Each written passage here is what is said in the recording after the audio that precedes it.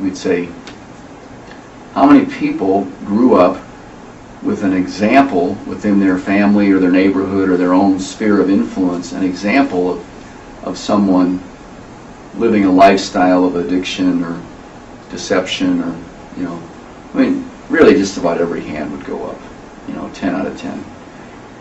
And then I would say, now how many people grew up with an example within their family or their neighborhood or their sphere of influence of someone who was following the 12 steps of recovery as a way of life and involved in that as a way of life and as an example to you or a younger generation? And hardly any hand would ever go up. And so you have to figure that, this is cultural, this is being passed on, right?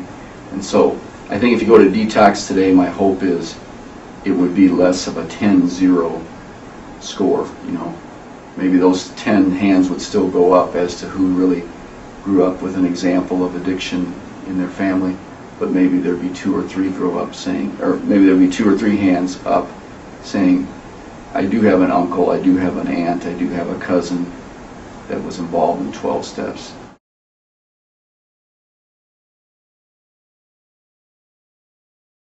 We were trained that the greatest addictions, the most common addictions, were illegal drugs.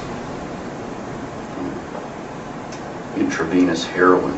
Marijuana is still an illegal drug most places. Stimulants, cocaine. That isn't as true anymore. We certainly have a problem with illegal drugs, but statistically there is a bigger public health problem with prescription drugs than illegal drugs. So, what does that mean? That means that people like me and my colleagues, we are part of the problem. Okay? Hard to admit. Hopefully we're getting better at it. Hopefully less and less.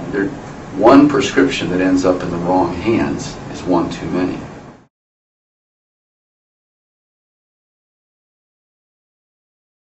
The daily wellness card, I am very enthused about it still, because it is about what can I do to have my best health. If I'm doing my daily wellness plan, I'm having less time to relapse or to cross-addict or to get caught up in the obsession and the compulsion of addiction.